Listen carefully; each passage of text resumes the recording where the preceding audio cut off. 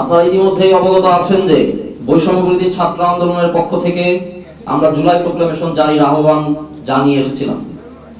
জাতীয় নাগরিক কমিটি আমাদের এই দাবির সঙ্গে সংহতি জানিয়েছে। প্রোক্লেমেশন ইস্যুতে আমরা যৌথভাবে কাজ করেছি। 2024 সালের অভ্যুত্থানের আনুষ্ঠানিক স্বীকৃতি ও দলিল সংরক্ষণের স্বার্থে গত বছরের 31 ডিসেম্বর আমরা জুলাই ছাত্র জনতার গণ অভ্যুত্থানের প্রোক্লেমেশন জারি করার ঘোষণা দিয়েছিলাম। কারণ এছাড়া এই অভ্যুত্থানের রাজনৈতিক, আইনি ও আন্তর্জাতিক ভিত্তি এবং সমর্থন আদায় করা কঠিন হবে বলে আমরা মনে করেছি। এমনকি বিদ্যমান সংবিধানের বিরুদ্ধে সংগঠিত এই গণ অভ্যুত্থানের আইনি ভিত্তি প্রদান আমাদের বিবেচনায় ছিল।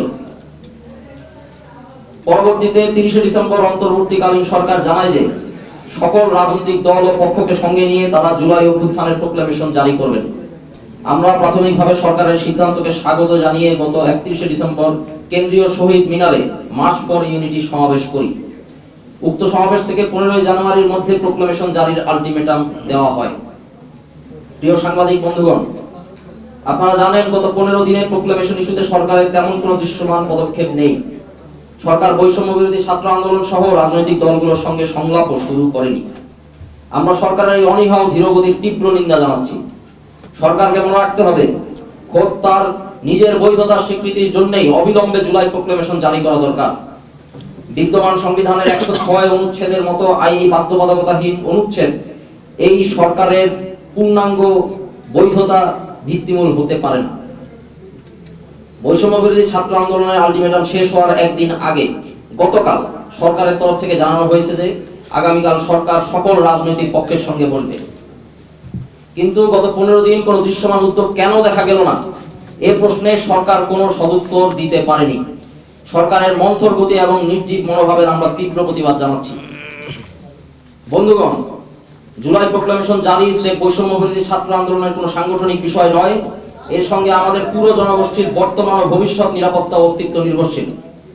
বৈষম্য বিরোধী ছাত্র আন্দোলন ও জাতীয় নাগরিক কমিটি প্রোক্লেমেশন জারির দাবি জানিয়ে দেশ ও জনগোষ্ঠীর প্রতি তাদের কমিটমেন্ট রক্ষা করেছে।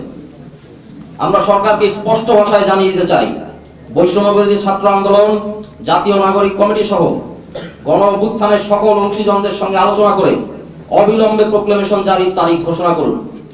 জুলাই অভ্যুত্থানের প্রেক্ষাপট ও অভিমুখ নির্ধারণ করে এমন বক্তব্য প্রোক্লেমেশনে রাখতে হবে।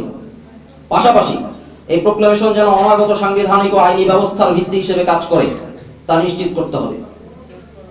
রাজনৈতিক দলগুলোর প্রতি আমাদের আহ্বান, আসল মতপার্থক্য দূরে সরিয়ে রেখে বাংলাদেশ প্রশ্নে আমরা এক হই। বিদ্যমান ভূরাজনৈতিক বাস্তবতায় রাজনৈতিক জনগোষ্ঠী হিসেবে টিকে থাকা এবং বিকশিত হতে গেলে জুলাই ছাত্র জনতার অভ্যুত্থানের প্রোক্লেমেশন জারির প্রশ্নে ঐক্যের প্রয়োজন। এর মাধ্যমে মহান মুক্তিযুদ্ধ, উপনিবেশ বিরোধী সংগ্রাম, পাকিস্তান আন্দোলন, 90-এর সামরিক স্বৈরাচার বিরোধী আন্দোলন সহ এই জনগোষ্ঠীর সকল বিরোচিত সংগ্রামের ইতিহাসকে ধারণ করে পূর্বতন ঐতিহাসিক মুহূর্তগুলোর পরবর্তী বন্দোবস্তের সীমাবদ্ধতা ও ব্যর্থতাকে পেরিয়ে 24-এর অভ্যুত্থান পরবর্তী বন্দোবস্ত সফল করতে হবে।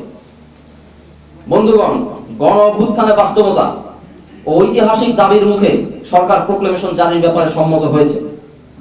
আগামীকাল বৈষম্য বিরোধী ছাত্র আন্দোলন ও জাতীয় নাগরিক কমিটির একটি প্রতিনিধি দল মাননীয় প্রধান উপদেষ্টার আহ্বানে সাক্ষাৎ করতে যাবেন।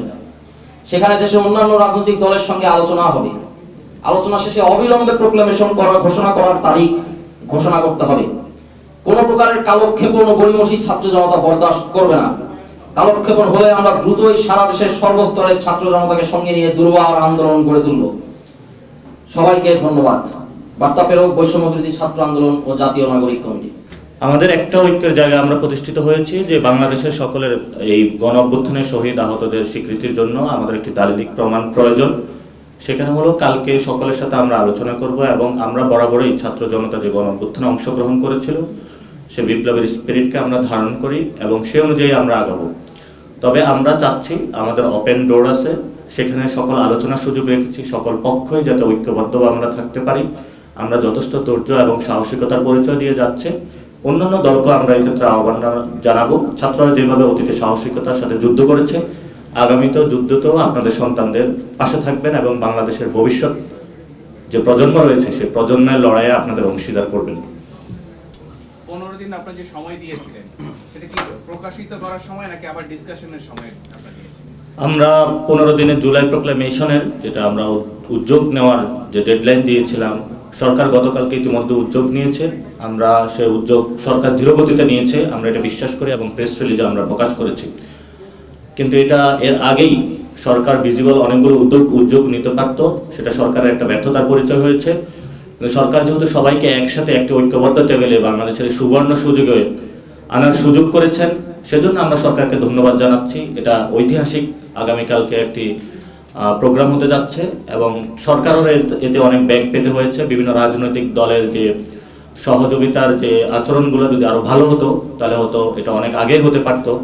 সেই জায়গা থেকে আমাদের আজকের আহ্বান থাকবে রাজনৈতিক দলগুলোকে যথেষ্ট নিষ্ঠা, বাংলাদেশের প্রতি যে কমিটমেন্টের জায়গাটা থেকে আগামীকালকের মিটিংয়েও আপনারা পরিচয় দিবেন এবং বাংলাদেশের জনগণের সাথে থাকবেন।